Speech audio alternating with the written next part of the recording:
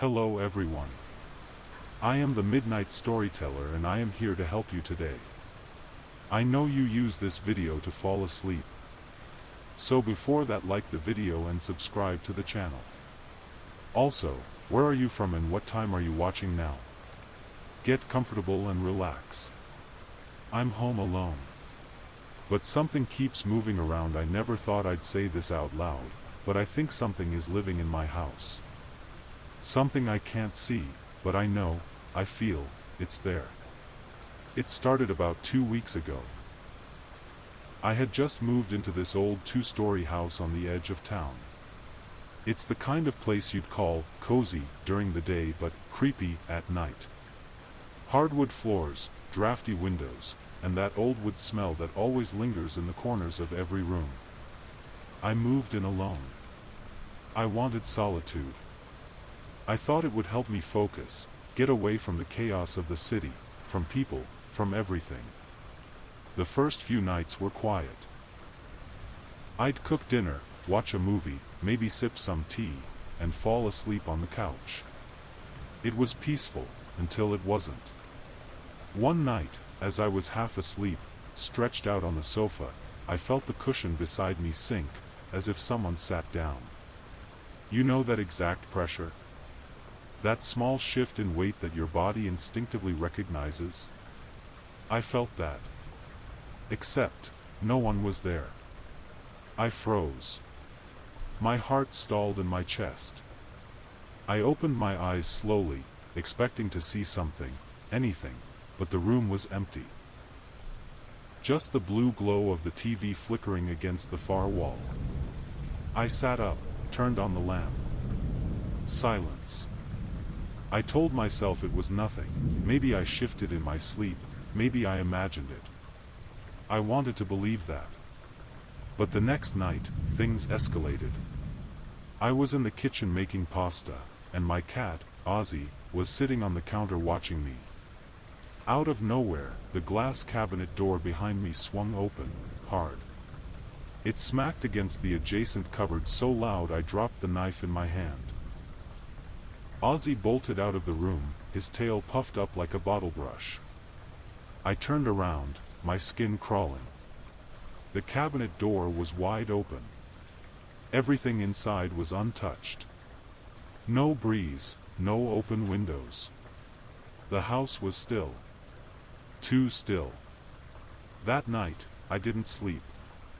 Because that was also the first night I saw it. I didn't see it clearly. Not at first. It was more of a shape, a suggestion of a figure standing just beyond the hallway. I was brushing my teeth in the bathroom, the door slightly ajar, when I caught movement in the mirror. Behind me. I turned my head quickly, heart thudding. There was someone, or something, standing in the dark hallway. Just at the edge of the light. Not moving. Not breathing. Just watching.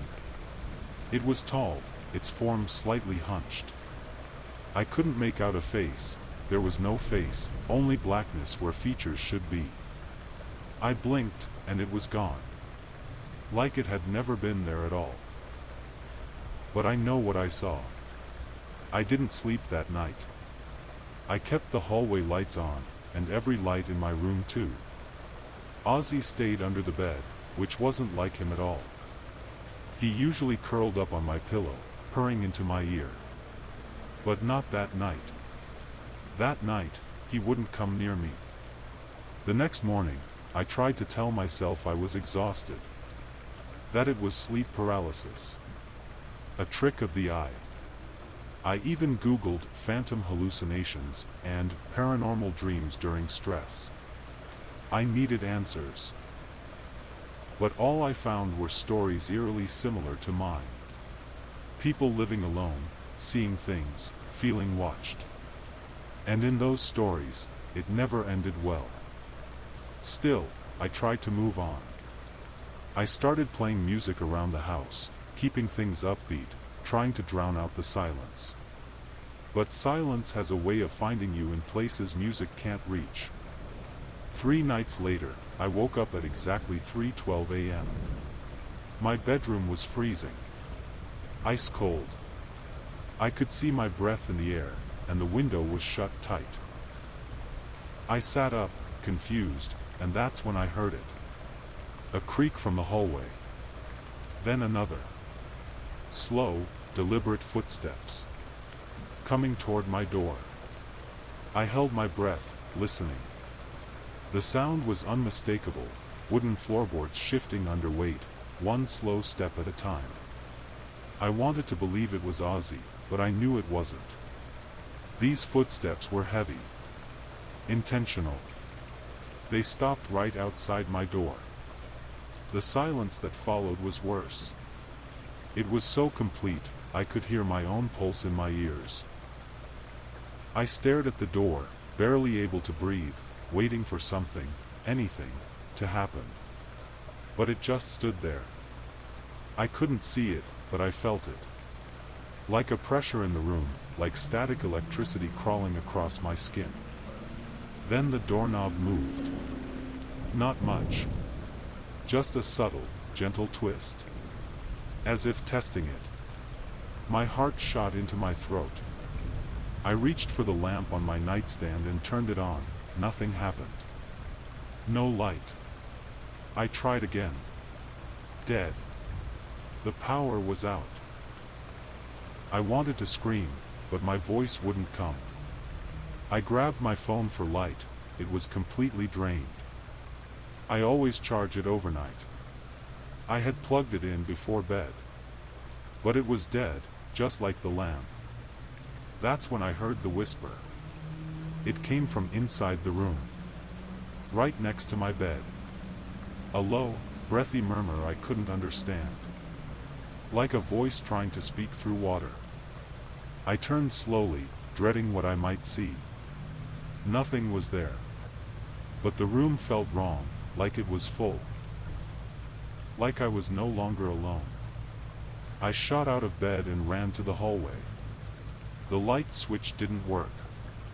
I ran down the stairs in the dark, nearly tripping, and slammed the main breaker panel in the basement. All the switches were in the on position. Nothing made sense. When I came back upstairs, the bedroom door was wide open. And on my pillow was a handprint. A wet, black smudge in the shape of long, thin fingers. I didn't go back to sleep. I sat on the couch downstairs with a blanket wrapped around me and Ozzy curled tightly against my chest. He was trembling. I was too. When the sun finally came up, I checked the bedroom again. The handprint was gone. Completely. Not even a stain left behind. Just the faint scent of mildew, like damp earth and old water. I called the power company, and they confirmed there had been no outage in my area that night. No maintenance, no disruption. My lights, my phone, it all should have been working. That day, I installed motion detectors in the hallway and outside the bedroom door. I bought them on impulse, needing to feel in control of something. I didn't even know if they'd help, but it felt better than doing nothing. That night, I left every light on again. I didn't want to sleep, but exhaustion eventually took over. I woke up around 2:30 a.m. to the piercing chime of one of the motion sensors. The one in the hallway. I froze. My mouth was dry. I stared up at the ceiling, listening. Then, 30 seconds later, the second sensor beeped. The one right outside my door. I didn't move. I couldn't. I just stared at the bedroom door, which I had locked this time. But even that didn't feel like protection anymore. Not after last time. Something was pacing.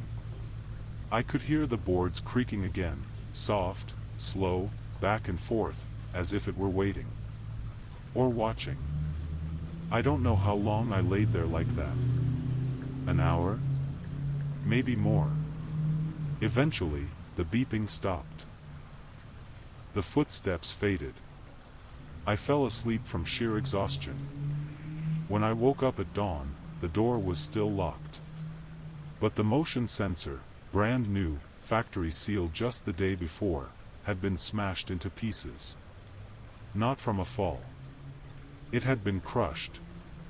Bent inward like something had squeezed it with impossible force. I called my friend Mark that morning. I didn't tell him everything, just enough to make it sound like I needed company for a few days. He agreed to come by that evening and stay the night. I didn't care if he thought I was overreacting. I just didn't want to be alone. When he arrived, I tried to act normal. We ordered pizza, played video games, and tried to laugh like we used to. For a while, it actually felt like everything was okay. Like the house wasn't watching us. But by midnight, the atmosphere changed. Mark went upstairs to use the bathroom. A minute later, I heard him call my name. Not in a casual way, but in that tight, nervous tone that makes your stomach sink. I ran up the stairs.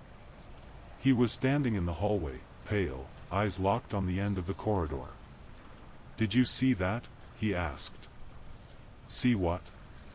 He pointed, hand trembling. There was a man. Or something. Tall. Walked straight into that room.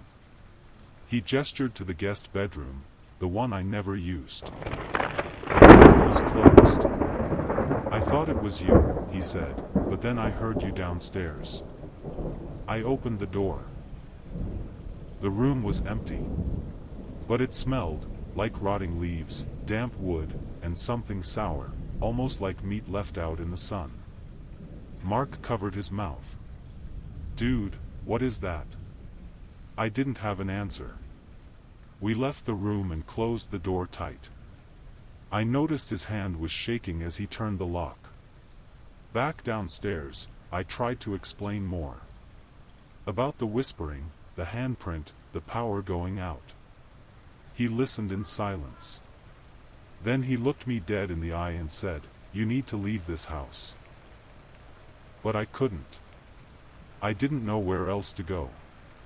It was my lease. My stuff. My life. That night, we both tried to sleep in the living room. We left all the lights on again. At 3:03 a.m., the TV turned on by itself. No sound. Just static. And over the static, I swear I heard breathing. Not from the speakers. From right behind the couch. I didn't turn around right away. Neither did Mark. We just sat there, frozen, the static light from the TV casting a flickering glow across the living room walls. The breathing was deep. Rhythmic. Wet. I finally turned my head slowly. Nothing was there.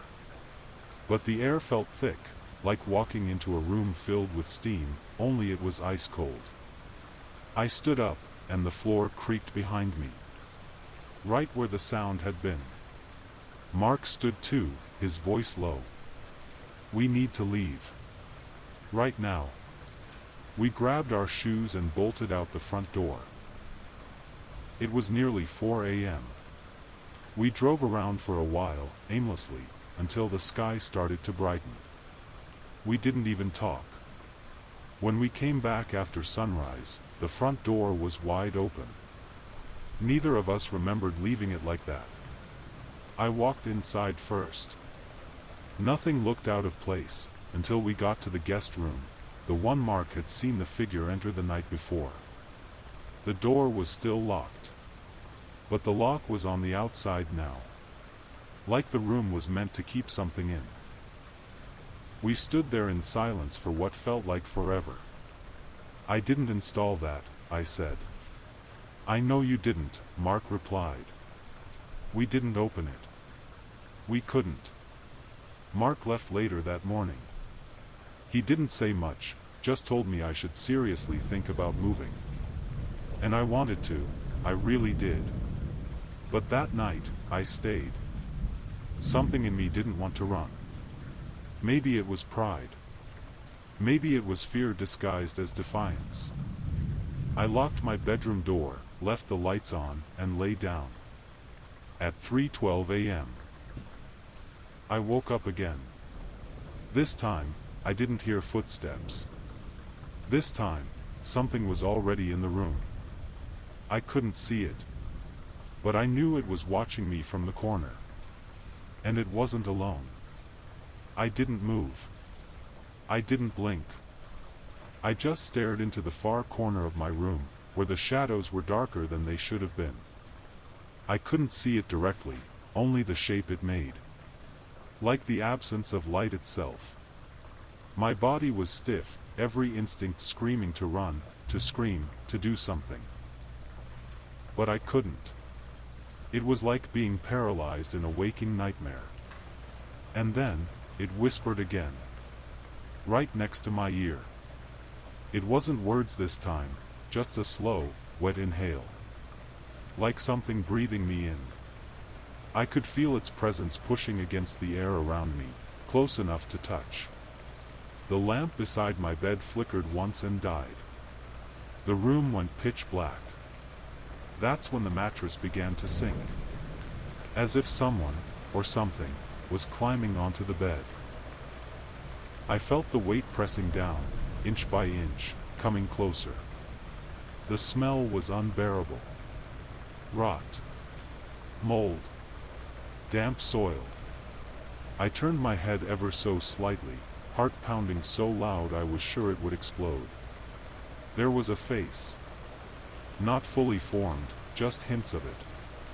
Hollow eyes, a mouth far too wide, blackened skin like burnt paper. It hovered inches from mine, staring. Then, it spoke. You let me in. The voice wasn't loud.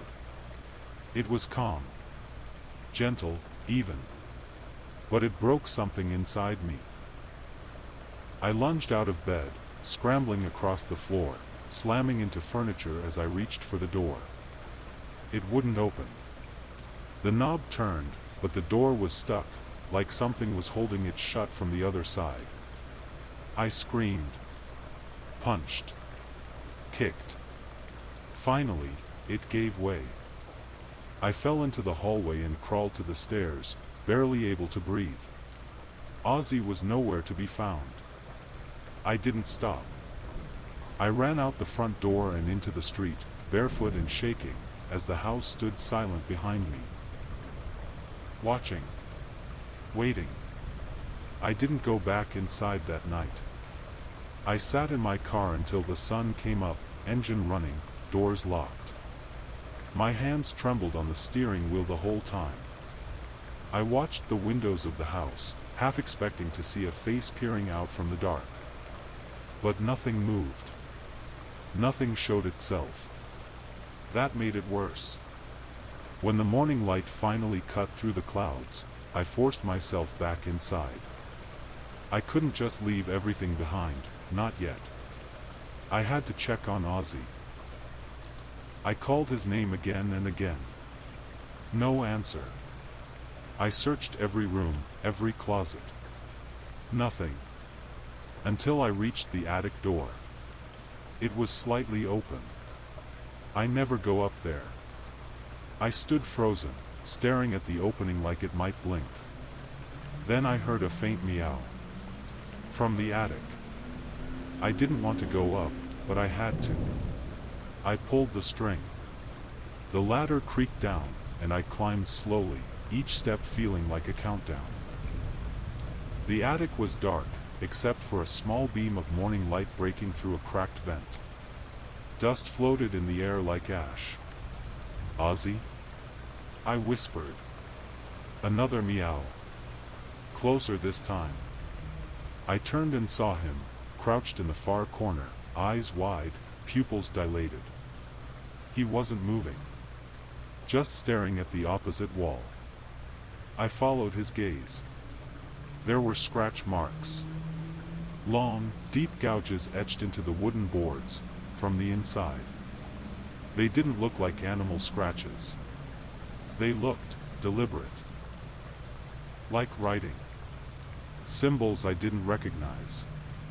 Circles. Lines. Sharp angles. I picked up Ozzy and backed away, heart racing. And that's when I noticed something carved just above the attic entrance, nearly hidden in the shadows. I was invited. I left the house that afternoon. I didn't pack anything. I just took Ozzy, my car keys, and drove. But the story doesn't end there. Because the dream started the next night. The first dream was vivid, too real to dismiss. I was back in the house, standing at the foot of the stairs. Everything was dark, but I could feel that the attic door was open above me. Something was up there. Waiting. Breathing. I couldn't move. My feet were glued to the floor, as if the house itself was holding me down. The air was thick and heavy. I tried to speak, to scream, but my voice wouldn't come. Then I heard footsteps. Not from the attic this time, from behind me. Slow, dragging steps. I turned my head, just barely.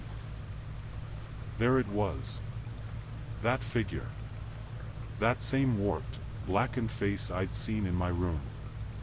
Only now it was closer, clearer. Its eyes were hollow, dripping something dark, and its mouth was smiling. It raised a hand, impossibly long fingers stretched out, and pointed at me.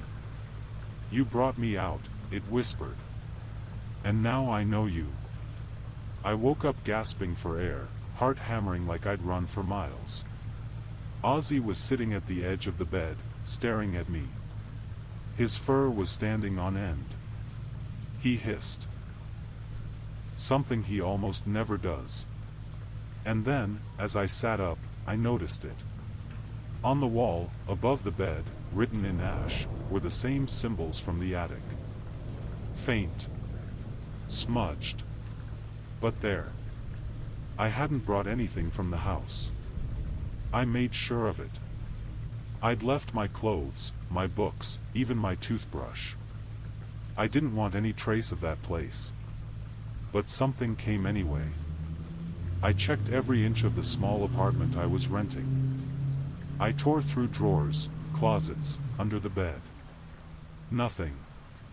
No sign of a break-in. No signs of anything, except that my bedroom mirror now had a single long crack, running straight down the center. And that night, I had the dream again. Only this time, I wasn't alone in the house. This time, something was chasing me. In the dream, I was running. The house was endless now, room after room, hallway after hallway, all twisted in ways that didn't make sense. Doors led to staircases that spiraled up and down forever. Windows opened into walls. The deeper I went, the colder it got. I could hear it behind me, its footsteps, always just a few paces away. Never rushing. Never slowing. Like it knew I couldn't escape. I turned a corner and slammed into a door I didn't recognize. It was old, rotted, pulsing like it was breathing. But I had no choice. I opened it. Inside was the attic. That same horrible smell hit me instantly, damp rot and something sour. Ozzy's meow echoed faintly from the shadows, but I couldn't see him. Instead, I saw the symbols again, now glowing faintly on every wall. In the center of the attic stood the figure. But this time, it had something in its arms. It was holding me.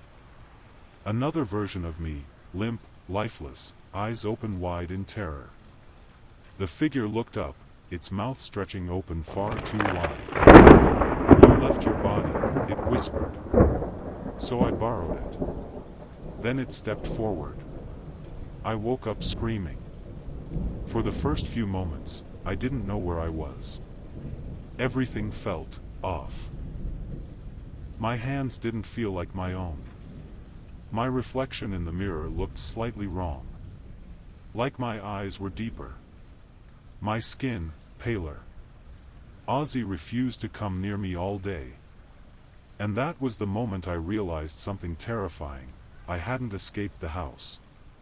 The house had followed me. I didn't go to work that day. I couldn't. Every time I looked in the mirror, I felt like I was being watched from inside my own reflection. Like something was looking out through my eyes. I started recording myself while I slept. I set up an old phone on the nightstand, angled toward the bed, with a flashlight app running since I still refused to sleep in the dark. I didn't expect to find anything. I just needed proof I wasn't going insane. But what I saw the next morning made my blood run cold. At 3:09 a.m., the footage showed me lying still, facing the ceiling. At 3:12 a.m., my body sat up, slow and stiff, like a puppet pulled by invisible strings. My eyes opened, but they didn't blink. I didn't even look around. I just stared directly at the camera for nearly a full minute. Then, in one fluid movement, I leaned forward, bringing my face close to the lens. And smiled. Not a tired smile. Not a friendly one. A cold, twisted smile, stretching too far, showing too many teeth. Then I whispered something. I had to boost the audio to even catch it. The voice was low, distorted. But I could make it out. You're not the only one in here anymore. Then I laid back down. At 3:13 a.m., the flashlight cut out. The screen went black. And for the remaining 3 hours of footage, the only thing visible was the faint outline of my body, breathing unnaturally slow. When I looked in the mirror that morning, I didn't feel fear. I felt watched. From behind my own eyes. I started avoiding mirrors after that. Every time I looked into one, I felt a delay, like my reflection was lagging behind just slightly. Sometimes, I'd catch it smiling when I wasn't. Once, I swear it blinked when I didn't. I covered them all. Every mirror, every reflective surface. Even the black screen of the TV. I couldn't stand the thought of seeing whatever had slipped into me.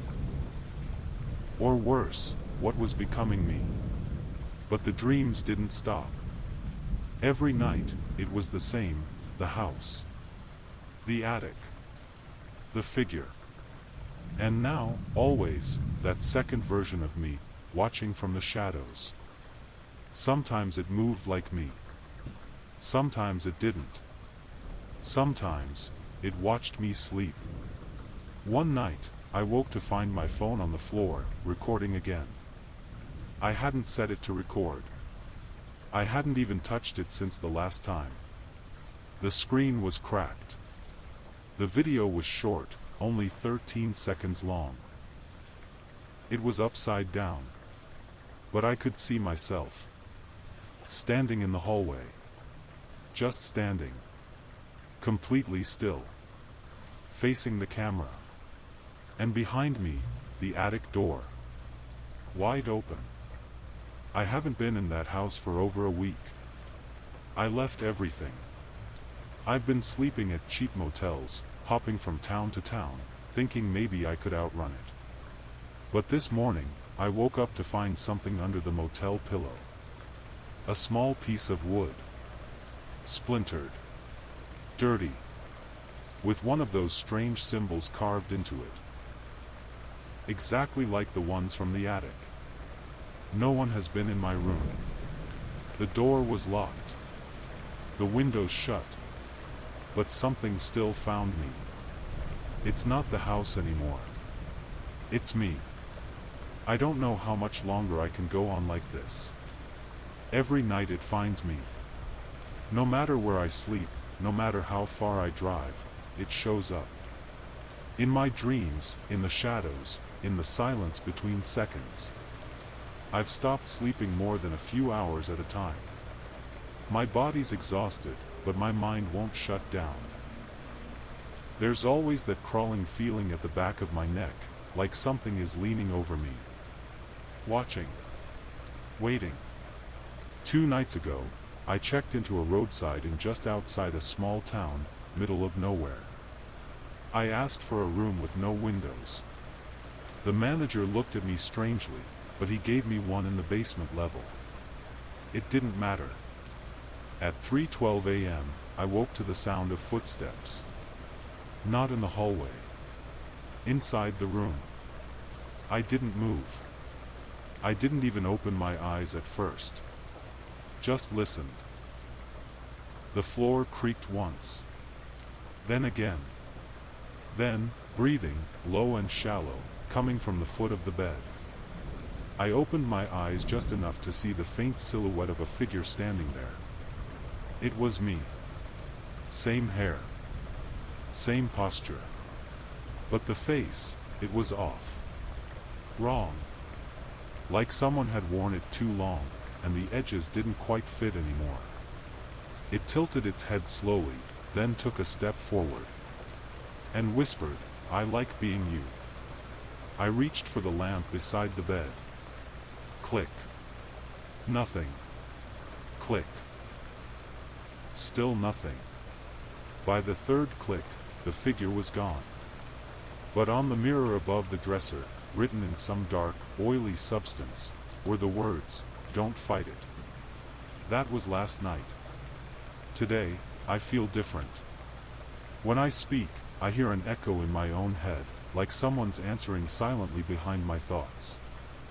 I looked in the mirror this morning, and for a brief second, my reflection didn't move. But it smiled. And I didn't. I'm starting to forget things. Little gaps in time at first. Like I'll be in one room and suddenly find myself in another, with no memory of walking there. Or I'll check my phone and see calls I didn't make, texts I don't remember sending. One message stood out this morning. Sent at 3:14 a.m. Just 2 words, "I'm here." No contact name. No number. Just, sent from my phone to no one. I don't remember doing it. But part of me isn't surprised anymore. I spoke to Mark today. I hadn't told him much since he left my place. I needed to hear a familiar voice, something to anchor me. I told him everything this time, about the dreams, the reflection, the motel. He was silent for a long time before finally saying, "You need to stop running. You need to go back." Back? Back to the house. He said, "Whatever this is, it started there. It's still connected to that place." I don't know if he's right, but deep down, I think he is. The thing that followed me, it doesn't just want to haunt me. It wants in. And it's almost there. Every day I feel more like a passenger, watching from the back seat while something else slowly takes the wheel. So tonight, I'm going back. Not because I'm brave. Not because I think I can beat it. But because I'm running out of time. Out of space inside my own skin. If I don't do something now, I might not be the one writing these words tomorrow. And if I'm not, if something else is, then this might be the last warning anyone ever gets: don't invite it in. Don't follow the dreams. Don't go near that attic. Because once it knows your name, it never forgets it. The house looked even older than I remembered. Weather-beaten, silent, like it had been waiting for me. The grass was overgrown, the windows dusty, but nothing was broken. Nothing was out of place. That's what scared me most. It was exactly as I left it, like no time had passed. I didn't park in the driveway. I left the car running across the street, just in case I had to run. As I stepped through the front door, something shifted in the air. The atmosphere was thick, heavy, like walking into deep water. Every instinct told me to turn back, but I didn't. Inside, it was quiet. Too quiet. No creaking floors. No wind. Not even the soft hum of electricity. The lights didn't work, of course. I brought a flashlight this time, but even the beam of light seemed muted, swallowed by the shadows clinging to every surface. I made my way upstairs, slowly, heart pounding louder than my footsteps. Ozzy's old food bowl still sat by the bedroom door, untouched. Then I reached the hallway. The attic door was wide open. Not cracked, not unlocked. Open. As if it had known I was coming. I stared up into the darkness above, the wooden ladder creaking under its own weight. That same smell drifted down, the rot, the dampness, the unnatural cold. I climbed. Each step groaned under me. Each breath was shallow. The beam of my flashlight trembled in my hand, but I didn't stop. I reached the attic floor and shined the light around slowly. The room was covered in symbols now, hundreds of them, burned into the wood, carved into the beams, scratched into the walls. In the center was a circle made of ash. And in the middle of that circle stood me. Or something that looked exactly like me. It smiled. "You made it," it said. Its voice was mine. But colder. More certain. "I don't need the house anymore. I just needed you to say yes." Then everything went black. I don't remember leaving the attic. I don't remember walking down the stairs. But I woke up in my bed this morning, back at the motel, not the house. Everything was exactly where it had been. My keys on the nightstand. Ozzy sleeping at the foot of the bed, though his eyes were wide open, locked on me the whole time. Like he didn't trust me. Like he didn't recognize me. When I looked in the mirror, I expected to see it, to see him. The copy. The thing that had been wearing my skin in the dreams. But it was just me. Or, mostly me. Except my eyes looked darker now. Deeper. Like something was behind them. I reached out and touched the mirror, trying to steady myself, and the reflection didn't move. It just stood there. Smiling. I stumbled back. My heart felt like it skipped a beat, then another. I grabbed the mirror and smashed it on the ground, glass scattering across the tile. I expected something to crawl out, or scream, or burst into flame. But there was only silence. Then the phone rang. It was my number. My own name on the screen. I let it ring, too afraid to answer. When it stopped, I checked the voicemail. There was no message. Just breathing. Deep. Slow. Familiar. Mine. But distorted. Like it was coming through another version of me. And then the whisper, "You let me in. Now you let me live." I dropped the phone. Ozzy bolted out of the room. The symbols are on the motel walls now. I didn't draw them. But they're there. I think I brought the house with me. Or worse, it brought me into it. I tried to leave the motel. I packed up within minutes, no plan, no direction. Just get in the car and drive. But the second I stepped outside, I knew something was wrong. The world felt off.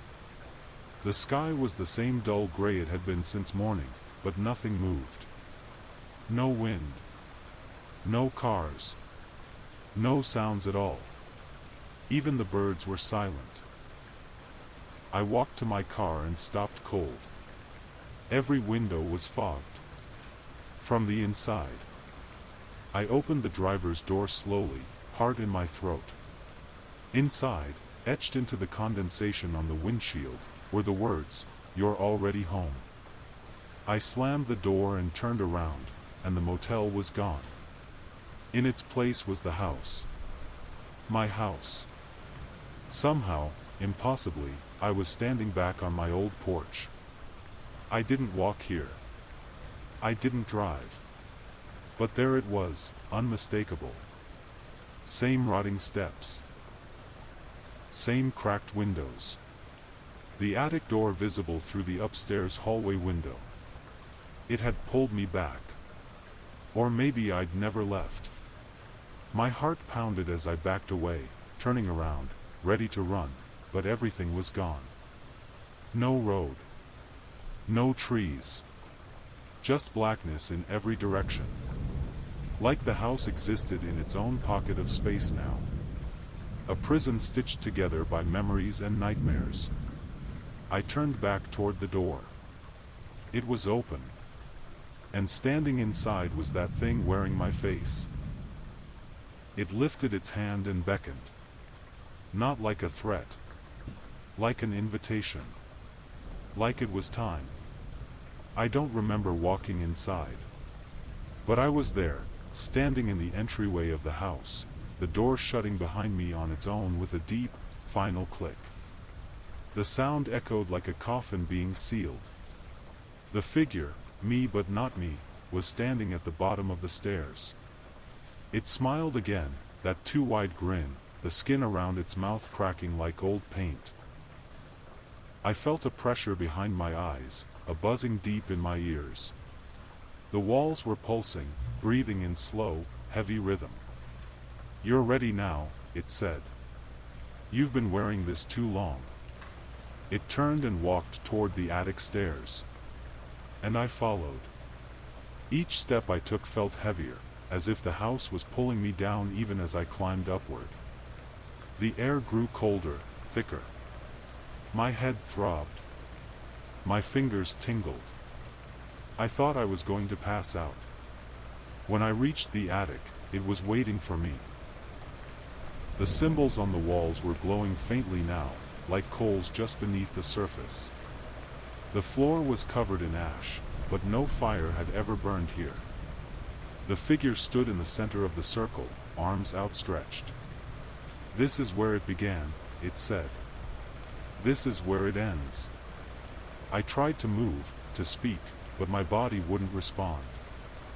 I felt like I was splitting, like something inside me was being pulled out through my skin. My thoughts echoed. I was losing track of which ones were mine. Then it stepped forward. Its face inches from mine now. "I am you," it whispered, voice inside my skull. And then, it stepped into me. Not physically. Not like in the movies. More like smoke pouring into a jar, filling every corner, every crevice. I dropped to my knees. Screaming, but not out loud. Inside. My body went still. My mouth smiled. I don't know how long I was gone. When I woke up, if you can call it that, I was still in the attic. But the air felt different. Stale, like nothing had moved or breathed here in years. My body was numb. My mind, quiet. Too quiet. I stood slowly, feeling foreign in my own skin. Every motion felt delayed, like my limbs were listening to someone else's commands before mine. I walked to the small attic window, expecting to see the endless void outside. Instead, I saw the street. Normal. Ordinary. People walking. A mail truck. A couple pushing a stroller. But no one looked at the house. They moved past it like it didn't exist. I screamed. I opened the window and yelled. Waved my arms. Nothing. It was like I wasn't there. Like I had become a ghost in my own life. Then I caught my reflection in the glass. At first, it was me. But then it blinked. Out of sync. It tilted its head, grinning slowly. That same twisted smile. My body, looking back at me, but not controlled by me. It raised a finger to its lips. Shoo. Then it turned and walked away, leaving only my reflection behind. And I understood, it was out. I was in. It's been weeks now. I think. Time doesn't work right here. The sun never truly rises. The shadows stretch longer than they should. And the attic has become my entire world. A cage of symbols and silence. A mind without a body. Sometimes I hear things. Footsteps on the stairs. Whispers through the walls. My own voice, talking to people I can't see. Living a life I no longer own. He's using me. Wearing my skin like a well-fitted coat. Going to work. Smiling at neighbors. Maybe even laughing. But sometimes, late at night, he still visits the attic. He stands in front of the mirror and looks into it, not at himself, but at me. And he smiles. Like he wants me to see what I lost. Like he wants me to remember that I let him in. I've tried to break the symbols, to scream, to claw my way out of this space, but nothing changes. The house feeds off me now. Off my memories, my thoughts, my fear. I'm not the first. There are others here. I can feel them. Trapped in their own mirrors. Their own shadows. Each one wants a person who thought they could ignore it, or outrun it. And now, I'm just another echo. If you're reading this, if this story made it to you somehow, you've already opened the door. Maybe it's still just dreams. Maybe it's only in your peripheral vision. But it's watching now. And it knows your name. So whatever you do, don't go into the attic. Don't look in the mirror too long. And never, ever, whisper to yourself in the dark. You might not be the one who answers. White heavy check mark, the end.